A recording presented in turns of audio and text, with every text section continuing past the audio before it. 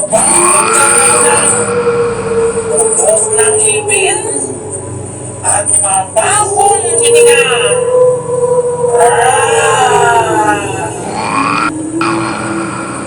Ang tamad mo mag-toothbrush. Kapag nalaman ko na hindi ka ba din nag-toothbrush, dadalaw ako sa inyo para kunin ka.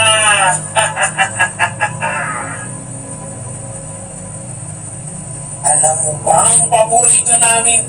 Ang amoy ng bata, mabahong hininga.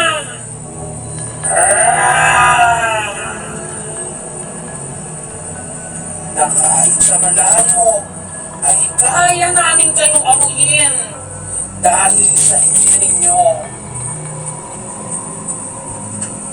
Nanguha kami ng mga batang ayaw mag-toothbrush.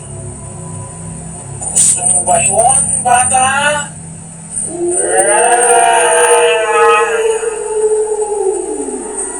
Kung ayaw, kunin kita.